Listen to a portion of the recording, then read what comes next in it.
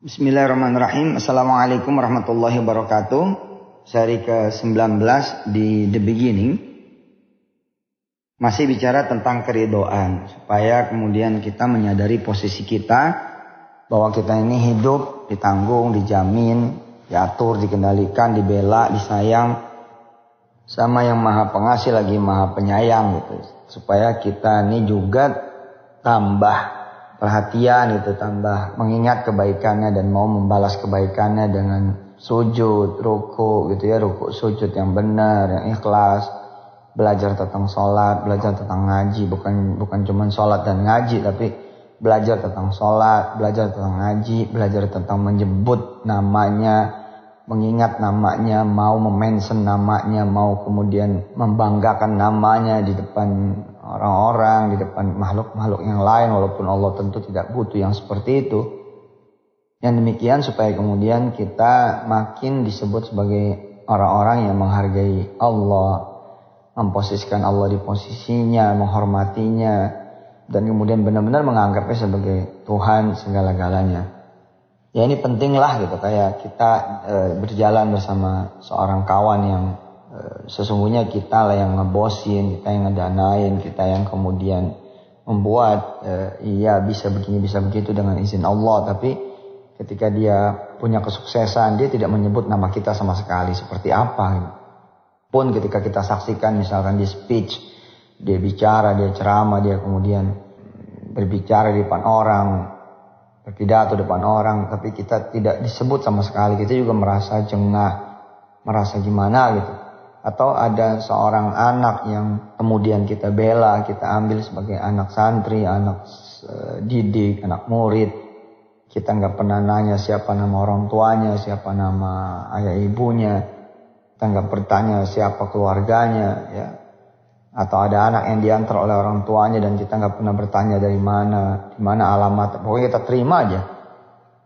Hingga kemudian anak itu besar, anak itu kemudian lulus dan keluar berjalan menapaki hidupnya hingga kemudian kita mendapati dia sukses. Kemudian kita melihat misalkan dia ada di televisi, ada di sosmed, ada di YouTube, ada di berbagai kemudian akunnya orang lain diwawancarai, ya, dan kita menunggu-nunggu misalkan apakah nama kita disebut atau institusi kita disebut atau adakah ia berterima kasih kepada kita. Ternyata sampai detik akhir wawancara selesai, liputan selesai, nama kita tidak ada. Dia hanya menyebut ini hasil kerja keras dia hanya menyebut ini hasil kemudian kepintaran dia hanya menyebut ini hasil kemudian perjuangan dia. Tidak disebut sama sekali nama kita, nama institusi kita, nama lembaga kita, tidak berterima kasih kepada kemudian ekosistem juga kita yang kemudian dengan izin Allah sudah membuat dia menjadi orang hebat.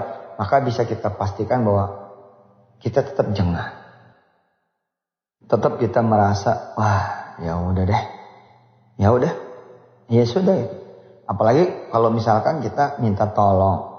Kemudian dia tidak mau menolong kita. Kita minta bantuan, dia tidak mau membantu kita. Bahkan ketika kita misalkan minta di endorse karena orang besar, orang hebat, banyak pengikutnya, banyak followersnya. Terus kita mintalah sedikit gitu ya untuk berempati, bersimpati dengan lembaga alumninya dia dulu, tapi ternyata tidak dilakukan. Maka bila itu terjadi ya sudah gitu, kita juga punya rasa gitu. Kita punya bad feeling gitu, dan seketika ya hubungannya bisa jadi memang menjadi berantakan gitu. Tapi jika misalnya ada orang yang berterima kasih, diminta nggak diminta terus berbicara, membesarkan nama kita, membesarkan kemudian institusi kita, membesarkan sekolah atau pesantren kita atau kampus kita sebagai institusi dulu tempat dia bernaung, belajar. Maka kita pun kemudian merasa senang, merasa suka, merasa cinta, merasa orang itu mengorangkan kita, memanusiakan kita. Nah, saya ingin mengajak pada sesuatu yang lebih lagi tingginya, ya ini urusan kita dengan Allah Subhanahu wa taala. Sampai kapan kemudian kita mau belajar ya, mengetahui dan mengakui ya. Sampai kapan kita mau belajar, mengetahui dan mengakui. Saya ulangi ya. Sampai kapan kemudian kita mau belajar ya, kemudian mengetahui dan mengakui bahwa Allah ini memang Emang segala-galanya gitu. Kalau tadi kan nggak segala-galanya, cuman berapa tahun di kita misalkan, atau bantuan kita yang nggak seberapa misalnya. Lalu Allah kan meliputi seluruh hidup dan kehidupan kita, mulai dari ujung rambut kita sampai ujung kaki kita, bagian depan, bagian belakang, bagian luar, bagian dalam, bagian nampak yang kelihatan maupun yang tidak nampak dan tidak kelihatan, bagian yang kasar sampai bagian yang halus. Allah juga meliputi langit dan buminya, di mana kita nggak bisa hidup kecuali memang ada di langit dan di buminya Allah. Terus bisa-bisanya kita nggak mention Allah, nggak menyebut namanya, nggak mengagungkan namanya, tidak membesarkan namanya. Ini masalah nih. Tidak sedikit saya kemudian ketemu dengan kepala-kepala negara, ya, presiden atau pimpinan dari satu kaum, satu bangsa gitu ya. Sebutlah misalkan sultan ini, sultan itu, atau kemudian Raja Salman belum lama ini kemarinan ya, berapa tahun belakangan ya, tahun 2000 berapa gitu berturut-turut itu saya diajarin cara menyebut namanya loh, geblek kan. Yang benar, cara menyebut namanya yang benar, dengan gelar yang benar, dengan kemudian sebutan yang benar, dengan kemudian pangkat yang benar, dengan struktur yang benar. Panjang loh, saya sampai ngapalin loh bener. Padahal udah biasa bahasa Arab, tapi harus ngapalin, takut salah gitu loh. Dan orang yang ngajarin saya pun takut kalau sampai saya salah nyebut. Yang bener lah gitu loh. Terus sama Allah kita nggak pernah takut tuh salah nyebut itu kan. Memang kadang nih kita nggak adil gitu ya, nggak adil bener. Kita kalau ketemu manusia, kondangan, pesta, ke resepsi, ya, ke acara gitu, kita rapi bener, bagus bener pakaiannya, wangi bener, dandan yang bener. Tapi giliran ke Allah, saya ya terutama, tuh ya begitu dah, itu lebih jelek daripada nerima tamu, daripada ngantar tamu, daripada bertemu dengan teman, daripada bertemu apalagi dengan investor, dengan bos. Payah, arah, jelek, lecek, kusut, kumel, bau, nggak peduli, nyisir apa enggak, mau kena kuning apa warnanya masih putih bersih, kain apakah bau, nggak peduli pakai kaos apa enggak. Aduh, nggak adil kita, asli nggak adil. Lalu bagaimana kemudian kita bisa mendapatkan keridhaan Allah? Ya, ketika kita punya permintaan, punya keinginan, teman-teman masuk modul apapun kan, puncaknya, muaranya, intinya kan ke Allah. Tapi Allah kan tahu kedunguan kita, ya kan? Apa iya kita mengistimewakan dia gitu kan? Apa iya kita membuat dia menjadi istimewa kan? Kita tahu gitu. Ini loh, ini saya pikirin itu kan, 3 episode udah kita belajar tentang keridhaan. Walaupun ini nggak cukup kan, kita bicara ridho dari konteks zikir pagi zikir sore saja 3 kan. Billahi robba, ya raditu billahi robba, Allah menjadi Tuhan kita. Kemarin udah kita bahas sedikit. Wabil islami dina, terhadap Islamnya Allah kita ridho sebagai agama kita. Benar gitu kita ridho menjalankan rules of Islam itu kan, peraturan-peraturan Islam apa iya kita ridho gitu, begini begitu. Jangan-jangan kita nggak bisa ridho karena memang kita nggak tahu, nggak pernah belajar tentang Islam. Ya, what is Islam? Apa sih Islam itu? Nggak ngerti gitu, kita nggak tahu itu. Ya alhamdulillah nih hari ini kita belajar, kemarin kita belajar, dan masih terus kita akan belajar. The beginning aja belum selesai. Kita masih nanti masuk the spirit, masuk the process, masuk the giving. Bersyukur gitu loh. Kemudian kita ridho lagi terhadap apa Rasulullah sebagai ya, Muhammad sebagai nabi kita, Rasulullah panutan kita, imam kita juga, leader kita, ya, role model kita. Beneran itu, beneran. Belum tentu kan kita kenal juga enggak, kenalnya sedikit, tahu juga enggak, taunya sedikit, gitu kan? Apa ya kita ngikutin ya, secara kita kalau sholat fardu enggak ada sunnahnya. Pagi lewat duha, malam lewat sholat malam. Kita sedekah nunggu ingat, nunggu kemudian ada sisanya. Enggak gitu loh, enggak mencintai lah gitu. Kalau mencintai kan nyari ya. Enggak menyukai lah, kalau menyukai kan enggak mau berpisah, enggak mau kemudian jauh. Nyatanya kita biasa aja gitu. Di mana keridhaan kita terhadap Allah, agamanya, Rasulnya? Di mana keridhaan kita terhadap Quran yang menjadi kitab kita? Di mana? Sedangkan belum tentu kita punya Quran. Belum tentu. Hah? Belum tentu loh kita punya Quran juga sebanyak isi rumah kita. Belum tentu loh. La ilaha illallah Muhammadur Rasulullah. Terus kita juga menganggap itu udah beres aja bacaannya. Gak mau lagi memperbaiki bacaan. Mana gitu.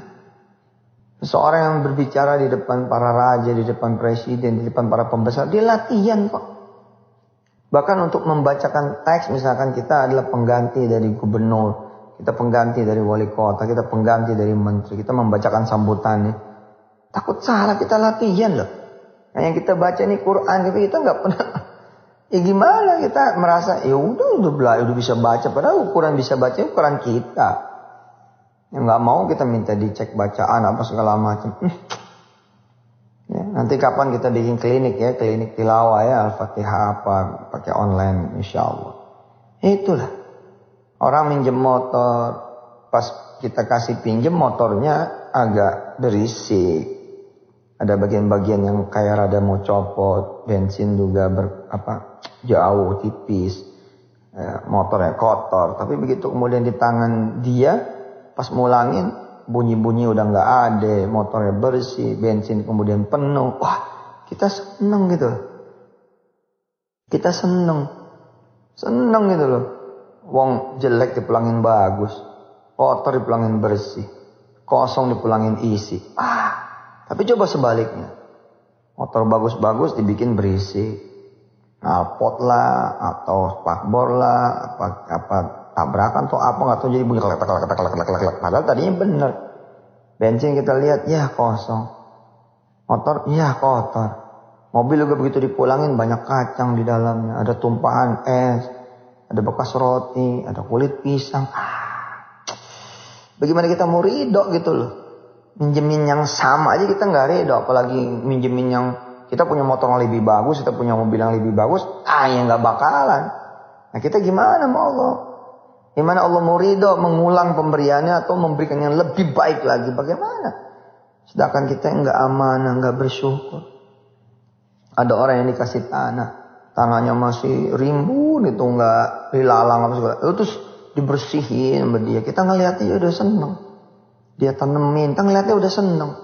Kita kasih tuh pinjam tuh tanah itu. Dan nggak kita kasih modal padahal, tapi dia bikin itu jadi menghasilkan. Kita dianterin pisang masih panas, masih anget. Ya, terus dia bilang ini panenan pertama Pak. Saya jadiin pisang goreng, saya jual. Duitnya saya kasih musola, saya bikin buat anak saya juga kemudian sekolah, ongkos belajar anak saya, dan ini Pak buat Bapak berhak juga atas bagian pisang yang kami tanam karena ini di tanah Bapak. Pak ini pepayanya, Pak ini semangkanya, Pak ini Pak itu, terus dikasih kita. Padahal tanah itu dia yang garap, cuman karena dia berterima kasih tuh tanah dikasih pinjem. Kita kan senang gitu. Kita malah bilang kan perlu modal apa? Aku masih punya tanah-tanah yang lain, kamu garap itu deh. Yuk kita bikin perusahaan yuk, kita bikin usaha bareng yuk.